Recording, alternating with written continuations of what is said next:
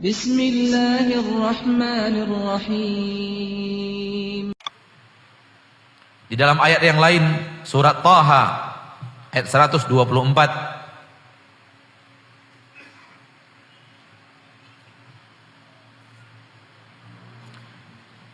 Di dalam Al-Quran surat Thaha ayat 124 Allah juga mengatakan hal yang sama tentang orang-orang yang jauh daripada kebahagiaan.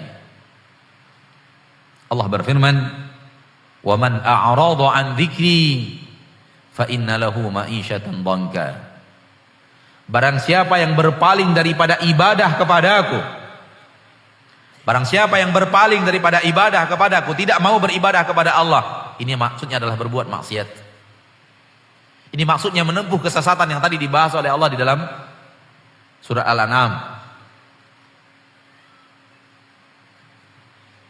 Allah tabaraka wa taala mengatakan, "Wa man a'rada 'an dzikri," barang siapa yang berpaling daripada zikir kepadaku, fa inna lahu ma'isyatan dhanka, maka untuknya kehidupan yang sempit. Untuknya kehidupan yang sempit. Masyaallah muslimin, kesempitan hidup yang ditakuti oleh manusia ternyata tidak ada di balik minimnya harta. Tidak ada di balik minimnya tahta. Tidak ada di balik menjadi orang yang biasa. Tapi ternyata berada di balik orang yang tidak mau beribadah kepada Allah dan menjalankan hal yang dimurkai oleh Allah Subhanahu wa taala. Di sana Allah berikan kepadanya kesempitan hidup. Dan kesempitan yang paling pertama dalam hatinya adalah kesempitan di dalam hati. Kesempitan di dalam dadanya seperti yang tadi dalam ayat yang telah kita bawakan. Maka semakin orang beribadah kepada Allah, dia kenal agamanya dan dilaksanakan agamanya, dia satukan antara ilmu dan amalnya, semakin dia rajin beribadah kepada Allah, maka dadanya akan semakin Allah berikan kedamaian dan ketentraman di dalamnya. Dengan ini kita mengatakan bahwa Nabi kita tercinta Muhammad sallallahu alaihi wasallam adalah manusia paling bahagia di permukaan bumi. Nabi kita Muhammad manusia paling bahagia di permukaan bumi, enggak ada yang melebihi beliau. Karena beliaulah orang yang paling menjalankan ketaatan kepada Allah di permukaan bumi, dan beliau adalah orang yang paling jauh daripada maksiat kepada Allah di permukaan bumi. Maka beliaulah orang yang paling bahagia. Orang kalau sudah bahagia, orang di sekitarnya akan merasakan kebahagiaan itu. Orang yang hatinya sudah damai, orang yang di sekitarnya akan merasakan kedamaian itu. Orang yang hatinya sudah tentram akan memberikan ketentraman dalam hidup orang yang ada di sekitarnya. Lihat kehidupan Nabi kita Muhammad sallallahu alaihi wasallam. Berkata Anas bin Malik radhiyallahu taala anhu wa ardhah. Dan kita tahu Anas bin Malik hidup 10 tahun bersama Nabi kita Muhammad sallallahu alaihi wasallam. Beliau seorang yang hidup di kota Madinah, bahagian daripada Ansar, dan Ansar hidup bersama Nabi sallallahu alaihi wasallam hanya 10 tahun. Setelah itu Nabi Muhammad SAW dipanggil menghadap Allah Subhanahu wa taala. Kata Anas bin Malik, aku membantu di rumah tangga Nabi kita Muhammad sallallahu alaihi wasallam 10 tahun lamanya. 10 tahun menjadi pembantu di rumah tangga Nabi Muhammad sallallahu alaihi wasallam. Hidup 10 tahun bersama Nabi. Kata Anas bin Malik radhiyallahu anhu, aku tidak pernah menemukan Nabi Muhammad itu marah kepada keluarganya. Aku tidak pernah menemukan Nabi Muhammad itu marah kepada istrinya dan anak-anaknya. Subhanallah, 10 tahun. 10 tahun hidup tidak pernah memberikan sesuatu yang emosi kepada keluarga, tidak pernah marah kepada keluarganya, baik istrinya atau anak-anaknya. Hati apa ini? Kalau bukan hati manusia super damai, super tentram, yang tidak akan terpancing untuk emosi dan marah karena kesempitan yang ada di dalam dada itu.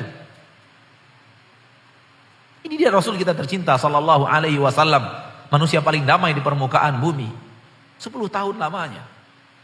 Dan itu bukan waktu yang singkat untuk bisa hidup tanpa marah, tanpa emosi, tanpa terpancing jiwa kita yang meledak-ledak, amarah kita yang memuncak.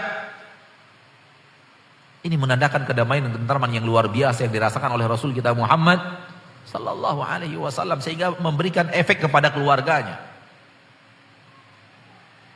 Dan yang bersama Nabi kita sallallahu alaihi wasallam hidup bukan 1-2 orang istri, banyak, dan hidup berdampingan. Semuanya damai, tentram, bahagia. Dan Rasulullah tidak pernah marah dan tersulut emosi. Na'udzubillah. Tsumma na'udzubillah min dzalik. Orang-orang yang berjalan di atas maksiat dengan satu istri berapa kali bertengkarnya. Coba kita. Dalam 10 tahun terakhir berapa kali marah sama istri kita. Dan itu dipicu oleh kemaksiatan dan kesempitan dada kita. Kita yang tidak terlalu damai dadanya, disulut sedikit oleh istri kita, terpancing emosi kita dan marah. Rasul bukan tidak ada hal-hal yang menyulut emosi beliau, tapi beliau tidak marah. Shalawatu Rabbi wa salamu alaih. Orang yang jiwanya sedang tenang dan tentram sulit untuk membuat dia emosi. Kita dalam 2 bulan terakhir, 3 bulan terakhir, berapa kali kita bertengkar dengan istri kita? Betapa kali kita marah kepada istri kita, marah kepada anak-anak kita. Emosi kita di hadapan mereka, padahal mereka adalah orang yang paling harusnya kita berbuat baik kepada mereka. Dan Ana katakan, Anas bin Malik 10 tahun kata Anas bin Malik, karena memang beliau 10 tahun hidup bersama Nabi dan Rasulullah SAW meninggal setelahnya. Seandainya Rasulullah tidak meninggal dunia atau umurnya lebih panjang daripada itu, Anas bin Malik akan mendapatkan hal yang sama dari Nabi kita Muhammad sallallahu alaihi wasallam. Namun Anas bin Malik hanya 10 tahun hidup bersama Rasulullah sallallahu alaihi wasallam.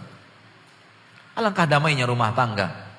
Alangkah tentramnya rumah tangga, karena rumah tangga ini dibawa dalam ketaatan kepada Allah Subhanahu wa taala. Tidak hanya Rasul tercinta, Muhammad SAW, istri-istri beliau adalah orang yang juga mengisi hari-harinya dengan ketaatan kepada Allah, hari-harinya dengan ibadah kepada Allah Subhanahu wa taala. Anak-anak beliau sallallahu alaihi wasallam pun melakukan hal yang sama. Maka ketenangan dan ketentraman yang kita cari, kebahagiaan yang kita idam-idamkan ada di dalam agama Allah. Ada di dalam mempelajari agama itu dan mengamalkannya dalam kehidupan. Maka rugilah orang-orang yang memiliki Al-Quran. Sebagai seorang muslim, dia memiliki panduan. Sebagai seorang muslim dan muslimah, dia memiliki Rasul tercinta sebagai suri tauladan. Kemudian tidak mempelajarinya dari Nabi kita Muhammad sallallahu alaihi wasallam.